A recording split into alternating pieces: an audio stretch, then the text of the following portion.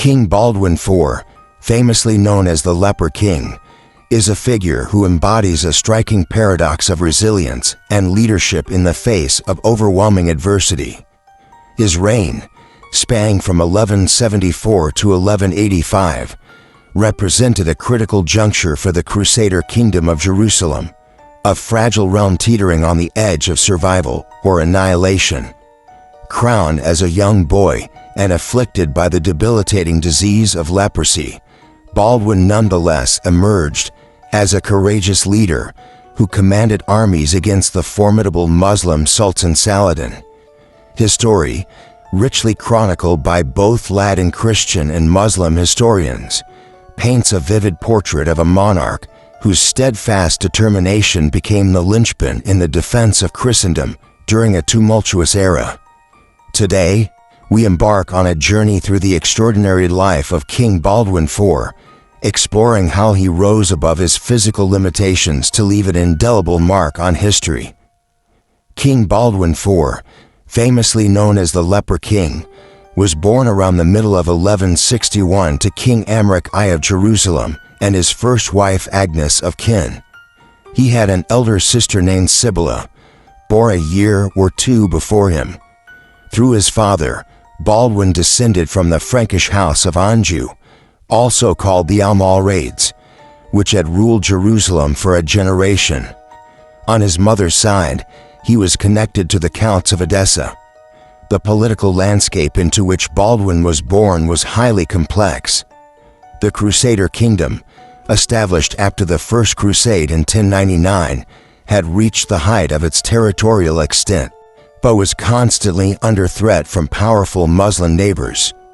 During Baldwin's infancy, Jerusalem's adversaries were split between the Fatimid Caliphate in Egypt and the Zingid dynasty in Syria led by Nur ad-Din. However, a new figure, Saladin, was rising and soon poised to unify Egypt and Syria under one caliphate. Within the Crusader Kingdom, governance was conducted by the High Court, composed of barons and prelates who fiercely protected their rights. Baldwin's family was not immune to court intrigues. His parents' marriage was annulled on grounds of consanguinity, likely due to baronial disapproval of Agnes, when Baldwin was still a toddler. As a result, Baldwin and Sibylla were raised separately from their mother during much of their childhood. Sibylla, in a convent under the care of their great-aunt Abbess Livetta of Bethany, and Baldwin under the custody of his father and court-appointed guardians. Thus, Baldwin IV's birth brought him into a world fraught with political tension and religious conflict, setting the stage for the challenges he would face both personally and as the future king of Jerusalem. King Baldwin IV's early years were marked by a promising intellect and a spirited nature, qualities nurtured despite the daunting challenges posed by his illness. At around 9 years old, his education was entrusted to William of Tyre, a learned cleric who served as Archdeacon of Tyre. William later reflected warmly on his pupil, highlighting Baldwin's aptitude for literary studies, his keen memory, and his eagerness to engage in conversation. Baldwin's affinity for history echoed that of his father, and he showed a strong willingness to heed sound counsel. Physically, Baldwin was striking, bearing a resemblance to his father in both face and demeanor. Despite the onset of his debilitating disease, he mastered the martial arts expected of a Frankish prince, including horseback riding. He developed a remarkable skill in controlling his horse using his knees, compensating for weakness in one hand caused by the disease. This determination to pursue knightly skills in the face of mounting physical limitations foreshadowed the resilient character he would display throughout his reign. Baldwin's childhood, however, was overshadowed by the early signs of leprosy. William of Tyre poignantly recorded an incident where Baldwin, engaged in rough play with noble peers, failed to react to pinches due to numbness in his right arm and hand, a classic initial symptom of the disease. This discovery foreshadowed the social and political challenges Baldwin would face, as leprosy was heavily stigmatized in the 12th century, often leading to the exclusion of afflicted individuals from public life. Despite these early hardships, Baldwin's education and personal resolve laid a strong foundation for his later role as a leader. His experience of learning and adapting to his illness cultivated the fortitude that would define his reign as the Leper King of Jerusalem. The earliest signs of King Baldwin IV's affliction with leprosy were notably observed during his childhood, a period already marked by the challenges of court life. William of Tyre, Baldwin's tutor and the Archdeacon of Tyre, provided a detailed and poignant account of the initial symptoms. During ordinary rough play with other noble children, Baldwin displayed an unusual lack of response to pain. Unlike his peers, when pinched, he showed no reaction, signaling a troubling numbness in his right arm and hand. This numbness, an early hallmark of leprosy, alarmed William and led to further medical consultations. Leprosy in the 12th century was far more than a mere illness. It carried a heavy social and spiritual stigma, often resulting in isolation and exclusion from society. The diagnosis threatened Baldwin's claim to the throne, as prevailing laws might have required a leper to renounce his royal rights and enter a leper hospital under orders, like those of the military religious order of St. Lazarus, dedicated to caring for afflicted knights. Recognizing the grave political consequences, the court physicians hesitated to definitively diagnose leprosy early on, treating Baldwin with the best remedies then known: warm fomentations, ointments, and toxic herbs, which ultimately provided no relief. As Baldwin approached puberty, the physical manifestations of leprosy became unmistakable. Patches and lesions appeared predominantly on his face and extremities, visibly marking him and provoking a mixture of compassion and sorrow among those at court. Yet, through these personal trials, Baldwin's determination never waned. He mastered horsemanship and swordsmanship, compensating for his physical limitations, thus laying the foundation for the courageous and resilient king he would become. This early onset of leprosy shaped both Baldwin's personal journey and the political landscape of Jerusalem, intertwining his fate inexorably with that of the Crusader Kingdom he was destined to lead. In 1174, following the sudden death of King Embark I, his son Baldwin IV ascended to the throne of Jerusalem at just 13 years old. Despite his youth and the growing physical symptoms of leprosy, Baldwin was the recognized heir, as there was no alternative male successor of appropriate age or standing within the royal family. His elder sister, Sibylla, was not considered a candidate for kingship due to prevailing laws and customs that excluded women from the throne. The High Court of Jerusalem convened promptly after Embark's passing and unanimously agreed to honor the late king's wishes by crowning Baldwin. The coronation took place on July 15, 1174, a date imbued with symbolic import.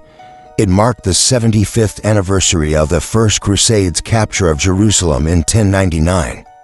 In a grand ceremony held within the Church of the Holy Sepulchre, Latin Patriarch Amalek of Nestle led the proceedings, investing Baldwin with the regal insignia.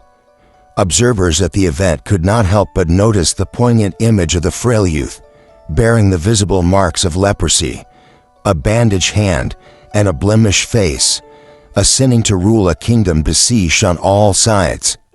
Given Baldwin's minority and his declining health, the question of governance was immediate and pressing.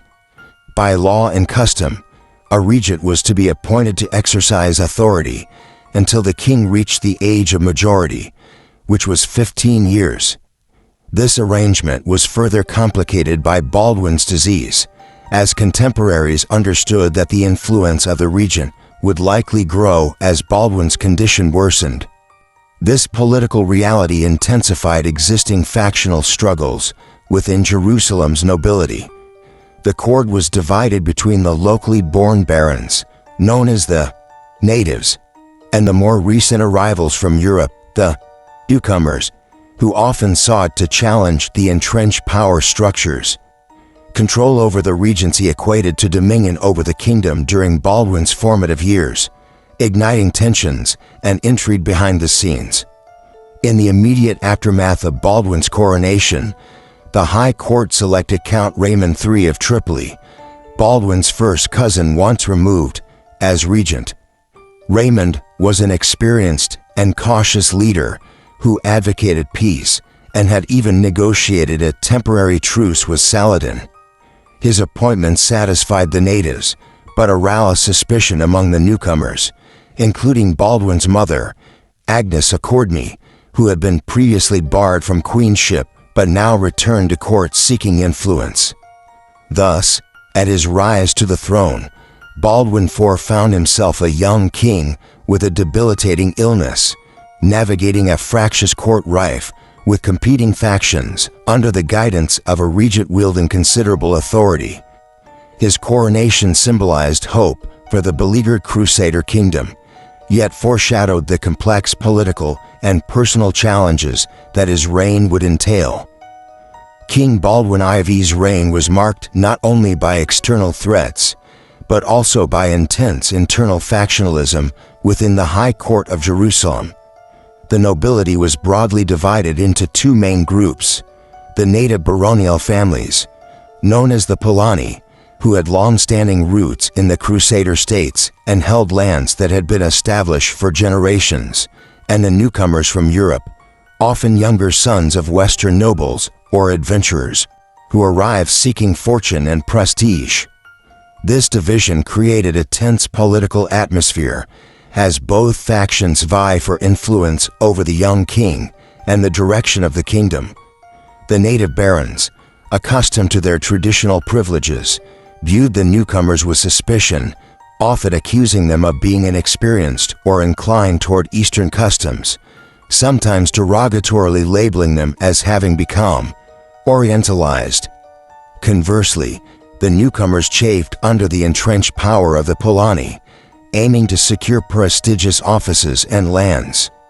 The regency of Count Raymond III of Tripoli, appointed after Baldwin IV's coronation in 1174, illustrated these tensions vividly. Raymond, closely aligned with the native barons and favoring a cautious approach toward the Muslim powers, particularly Saladin, was mistrusted and opposed by the newcomer faction. Notably, Baldwin's mother, Agnes Accordme, who had initially been barred from queenship, re-emerged as a key figure supporting the newcomers. She, along with her allies, sought to advance their cause by placing their own candidates in positions of power, including orchestrating the politically significant marriage of Baldwin's sister Sibylla to Guy de Lusignan, a newcomer whose rising influence threatened the established nobility. This power struggle culminated in episodes that nearly plunged the kingdom into civil conflict. In 1180, for instance, the mounting friction led Raymond III and Bohemond III of Antioch to march on Jerusalem with armed followers, potentially to assert their influence or secure marriages that favored their faction. Baldwin IV responded decisively by hastily arranging Sibylla's marriage to Guy, effectively undermining Raymond's ambitions and excluding him from court for a time. Despite such conflicts, Baldwin showed remarkable political acumen in balancing these factions. He wielded his authority to both reprimand and reconcile parties as needed, maintaining a fragile unity crucial for the survival of the kingdom amid external pressures. The internal dynamics of Baldwin's court thus reflected broader challenges of governance in the Crusader states, where fragile alliances and competing interests required constant negotiation, especially under the strain of the king's advancing illness and the ever-present threat from Saladin's forces.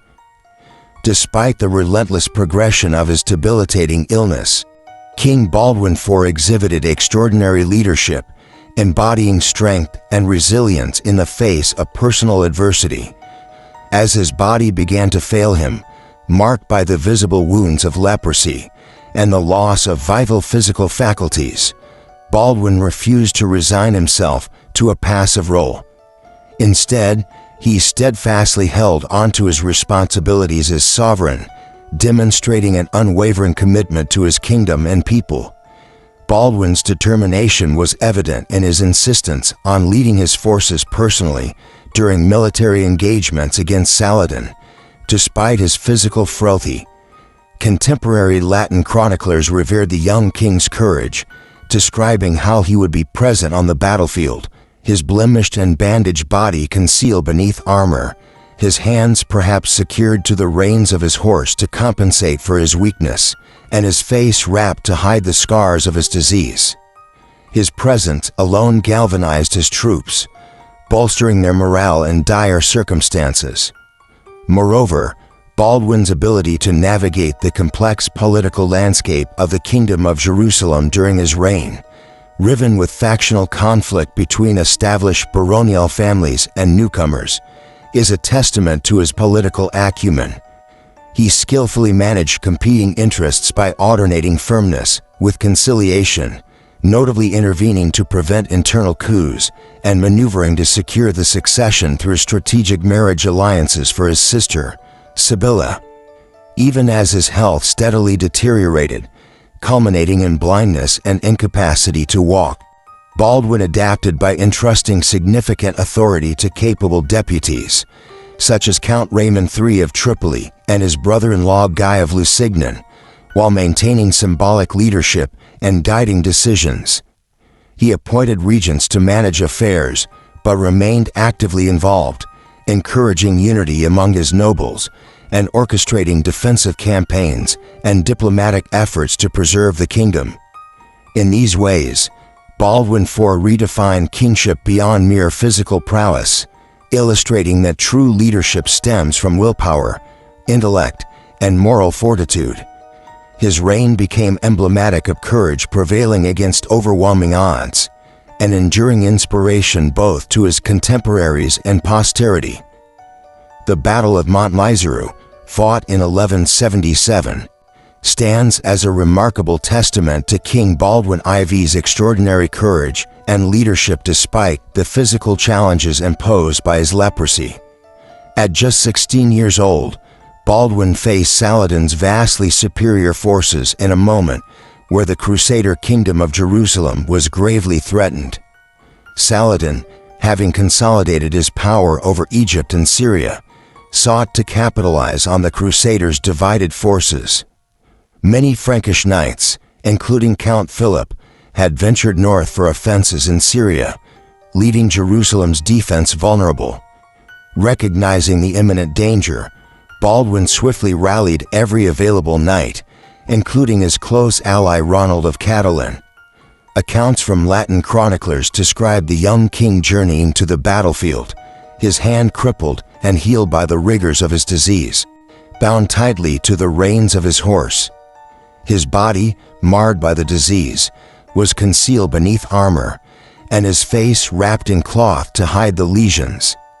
Yet, this frail figure embodied fearless determination and inspired his troops as he led them into combat under the banner of the True Cross.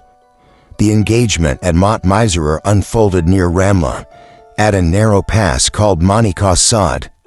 Saladin's army, numbering in the tens of thousands, was taken by surprise, perhaps while dispersed on raids.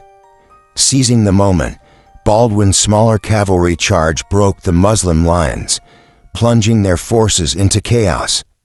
The Crusaders chased the fleeing host for miles, inflicting heavy casualties. Saladin himself narrowly escaped, with a fraction of his original army, forced to retreat back to Cairo. This victory was both strategic and symbolic. It bolstered the morale of the Christian states and sent a powerful message of resilience and divine favor. Contemporary observers, Christian and Muslim alike, took note of the miraculous nature of this triumph, a leper king leading his forces to rout the seemingly invincible Saladin. Baldwin's valor at Montmiseros solidified his reputation as a warrior king and enabled the fragile Crusader kingdom to survive a critical juncture. The battle showcased not only his personal bravery, but also his deftness at rallying fragmented forces and seizing tactical opportunities amid adversity. Although his kingdom would face greater trials ahead, the Battle of Montmisero remains a defining moment that encapsulates the indomitable spirit of Baldwin IV, the Leper King of Jerusalem. As Baldwin IV's reign progressed into the early 1180s, the young king faced mounting challenges both from within his kingdom and from external foes. His leprosy had advanced significantly, leaving him blind and physically incapacitated. He could no longer wield a sword or mount a horse, yet he remained steadfast in his commitment to rule and defend his realm. Despite his deteriorating health, Baldwin refused to abdicate, a decision that cast a long shadow over the kingdom's stability. Tensions within the royal court intensified, particularly surrounding the question of succession and the welfare of the realm in Baldwin's absence. His chosen regent, Guy of Lusignan, also Baldwin's brother-in-law through marriage to his sister Sibylla, proved to be a divisive figure. Initially entrusted with significant power due to Baldwin's infirmity, Guy's governance soon sparked dissent. Many nobles, especially those loyal to Count Raymond III of Tripoli, distrusted Guy's leadership and questioned his competence and loyalty. His mismanagement and aggressive actions, such as ruthless raids against neighboring Muslim territories, provoked Saladin and escalated military tensions. One critical incident illustrating this discord was the breakdown of the fragile truce with Saladin. In 1181, Raynald of Chatillon, a staunch ally within Baldwin's inner circle, violated a truce by raiding a wealthy caravan traveling from Damascus to Egypt. Saladin's fury was immediate, and he prepared for a large-scale offensive against the Crusader states. Baldwin, constrained by his illness, was unable to effectively rein in such reckless actions, deepening the kingdom's precarious position. By 1182, Saladin launched a formidable invasion into Galilee. Baldwin, carried on a litter due to his blindness and physical frailty, was present with his troops to inspire them, though unable to lead in battle. The regency, now largely in Guy's hands, pursued a cautious strategy, refusing to engage Saladin's forces directly and opting instead for a defensive stance at key fortified positions, like Saphiria. While this cautious approach prevented outright defeat, it also squandered opportunities for decisive victories, causing frustration among many Crusader leaders, including Baldwin himself. The situation worsened as Guy's conduct continued to alienate segments of the nobility. Baldwin sought to remove him from the regency after Guy's unauthorized seizure of Bedouin flocks under royal protection near Durham, an act that flagrantly violated the king's orders and demonstrated Guy's inability to uphold the kingdom's interests. In 1184, a council of nobles convened to formally strip Guy of his regency and reinstated Raymond III of Tripoli to oversee the kingdom's governance. This political upheaval further weakened internal unity at a time when external threats loomed large. Amid this turmoil, Baldwin took decisive steps to shore up the succession. Recognizing that he would not live to see peace restored, in 1183, he crowned his young nephew Baldwin IV as co-king, establishing a regency council to govern during the child's minority. This move aimed to prevent the rise of contentious factions, including those aligned with Guy, and to secure a smoother transition after Baldwin IV's death. Despite these efforts, Baldwin's kingdom was deeply fractured by party rivalries and leadership crises. The delicate balance of power, maintained with much effort during Baldwin's earlier years, began to unravel. Baldwin's death in 1185, at the age of 24, and the subsequent premature death of Baldwin IV left a power vacuum that plunged the Crusader kingdom into civil strife. Sibylla, Baldwin's sister, seized the throne along with her husband Guy, reigniting old hostilities between factions. This internal discord weakened the kingdom's ability to resist Saladin, culminating in the catastrophic defeat at the Battle of Hattin in 1187 and the eventual fall of Jerusalem.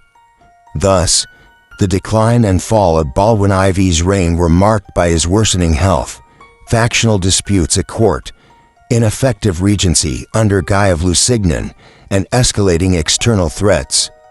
Though his personal courage and leadership had held the kingdom together against the odds, the unresolved succession crisis and political infighting ultimately compromised the Crusader kingdom's survival after his passing. The legacy of King Baldwin IV of Jerusalem, better known as the Leper King, is one marked by extraordinary courage and steadfast leadership in the face of overwhelming adversity. Though his reign from 1174 to 1185 was shadowed by the progression of leprosy, which ravaged his body and forced him into severe physical limitations, Baldwin emerged as a pivotal defender of the Crusader kingdom during a critical juncture in its history. Despite his debilitating illness, Baldwin demonstrated remarkable determination and military acumen. His leadership at the Battle of Montjazard in 1177, where he led a smaller Crusader force to a stunning victory against the formidable Sultan Saladin, became a symbol of hope and resilience for his contemporaries. This victory not only bolstered the morale of the Crusader states, but also temporarily checked the advance of Muslim forces. Baldwin's rule was also characterized by intense internal political struggles, as factions within Jerusalem's nobility vied for control, particularly during his minority and as his disease worsened. Navigating these treacherous waters, Baldwin managed to maintain a semblance of unity and order, though the tensions during his reign foreshadowed the fragmentation that followed his death.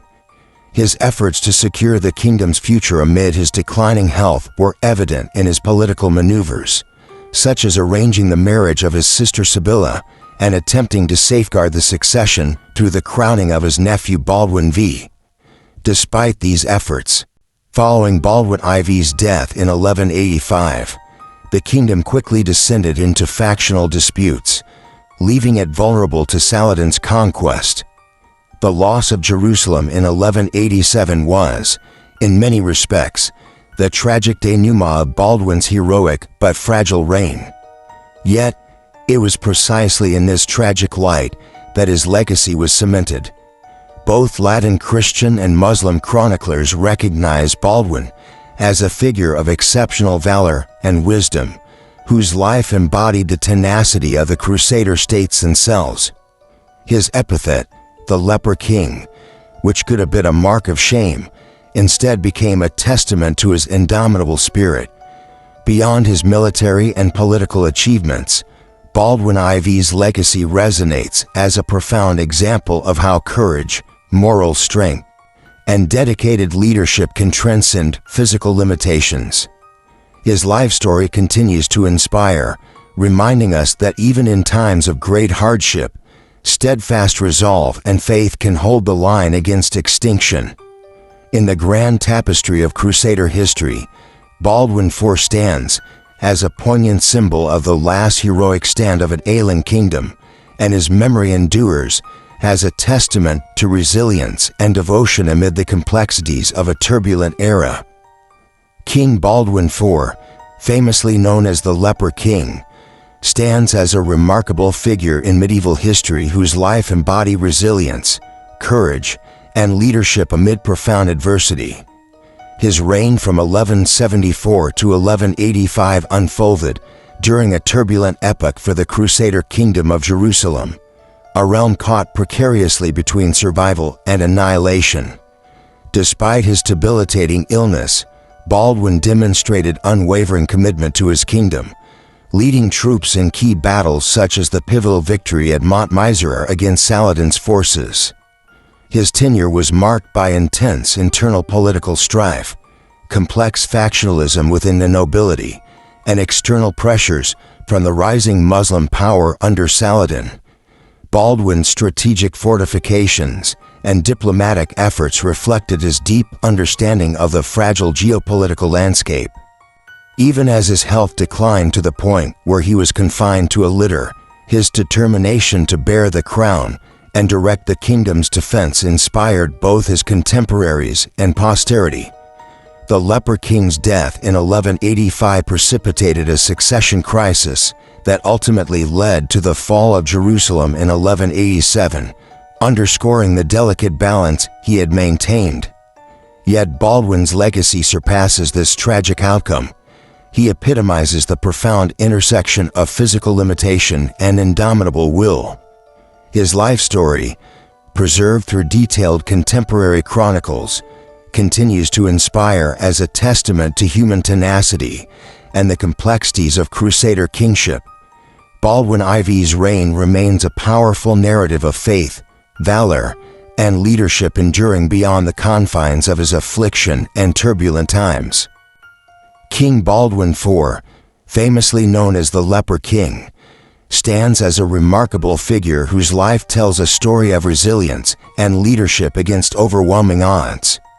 His reign from 1174 to 1185 unfolded during a critical epoch when the Crusader Kingdom teetered between survival and destruction.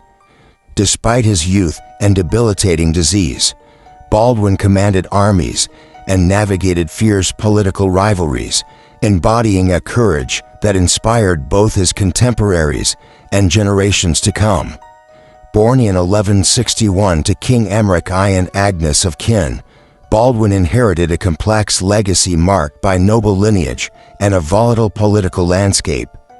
Educated by William of Tyre, Baldwin showed remarkable intellectual promise, mastering knightly skills despite the gradual onset of leprosy. This cruel affliction, deeply stigmatized at the time, led to significant challenges, not only physical but also political, as it cast uncertainties over his right to rule. Ascending the throne at 13 after his father's unexpected death, Baldwin's reign was immediately shadowed by internal factionalism within Jerusalem's nobility. The kingdom was divided between native Crusader families, steeped in local customs, and recently arrived Europeans seeking their place in the fragile society. Baldwin adeptly navigated these tensions, appointing regents and advisors judiciously while consolidating his authority as he matured. His leadership shone brightest on the battlefield. In 1177, the young king faced Saladin's vast forces at the Battle of Montjazard. Although his army was outnumbered, Baldwin's resolute command led to a stunning Crusader victory, a moment that bolstered the kingdom's morale and bound Baldwin's name indelibly to the defense of Christendom.